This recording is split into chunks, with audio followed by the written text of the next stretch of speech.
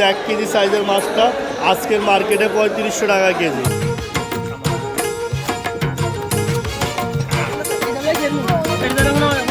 আজকের বাজার দরটা আসলে আমার কাছে স্বাভাবিক মনে হয় নাই। 1 কেজি একটু প্লাস হবে। এই মাছের দাম 4500 টাকা চেয়েছে, এটা সাধারণভাবে স্বাভাবিক না। মাছের আমদানি কমতেছে, এই কারণে দামও অনেকটাই আগের তুলনায় বাড়তি। যেমন এই যে 1 কেজি সাইজের মাছটা আজকের মার্কেটে 3500 টাকা কেজি।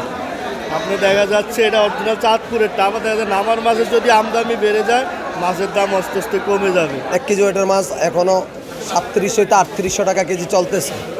আর আপনার 700-800 গ্রামের মাছ আপনার 3000 টাকা কেজি চলতেছে বর্তমান বাজারে। আমি কুমিল্লা থেকে আসছি মাছ কেনার জন্য।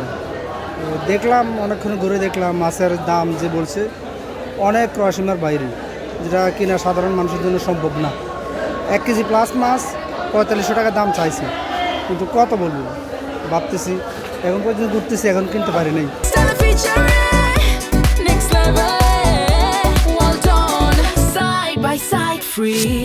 বেশি তো মনে হচ্ছে, ঢাকাও তো প্রায় এরকমই কিনি। এখানে আইসা যদি ওরকমই পাওয়া যায়, ঢাকাও যেরকম দাম এখানে ওরকম, তাহলে তো এখানে আইসা লাভ হয়ে যাবে।